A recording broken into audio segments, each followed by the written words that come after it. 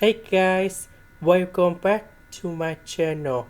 So today I want to talk about interpretation. So we can use about interpretation by substitution. So I will put about u equals to tan s. Later that we need to do first the derivative for the both sides, and we have like this.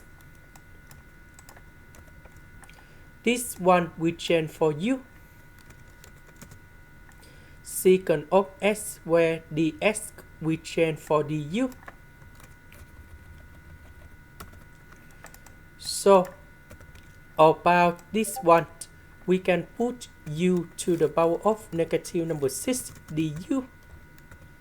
The integration of this one we have like this.